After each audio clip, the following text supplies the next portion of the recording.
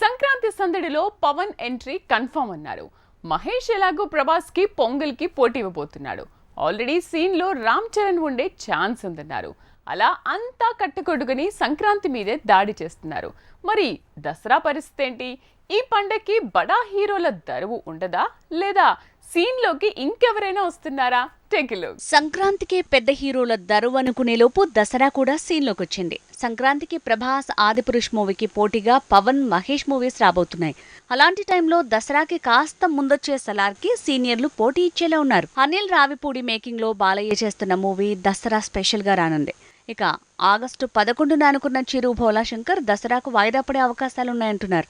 అదే జరిగితే దసరా కూడా రాబోయే సంక్రాంతి రేంజ్ లో భారీ పోటీతో బాక్సాఫీస్ షేక్ అయ్యేలా ఉంది. విక్టరీ వెంకటేష్ తో శైలేష్ కులను తీస్తున్న మూవీ సైంధవుడు. ఈ సినిమా క్రిస్మస్ కి రిలీజ్ అని తేల్చారు.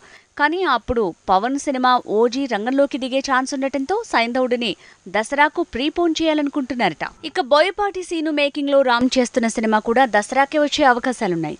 షూటింగ్ కూడా శరవేగంగా జరుగుతోంది. దీపావళి, సంక్రాంతికి పోటీ భారీగా ఉంటుండటంతో దసరానే బోయపాటి టార్గెట్ గా చేసుకుంటున్నాడట. దసరాకు సౌత్ నుంచే కాదు నార్త్ నుంచి కూడా పోటీ భారీగానే ఉండేలా ఉంది.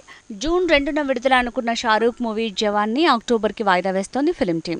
దీంతో బాలీవుడ్ నుంచి కూడా దసరాకు భారీగా పోటీ ఉండేలా కనిపిస్తోంది. దసరా దరువుకి సల్మాన్ ఖాన్ కూడా సై అంటున్నాడు.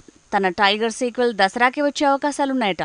దీపావళికి అని అనుకున్న ఫిల్మ్ టీం మళ్లీ దసరాకి రిలీజ్ డేట్ ని మార్చేసిందట.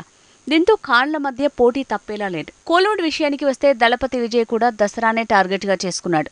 అక్టోబర్లో దండెత్తేందుకు రెడీ అయ్యాడు. లోకేష్ కనకరాజ్ మేకింగ్ లో చేస్తున్న లియో అప్పుడే రంగంలోకి దిగబోతోందట.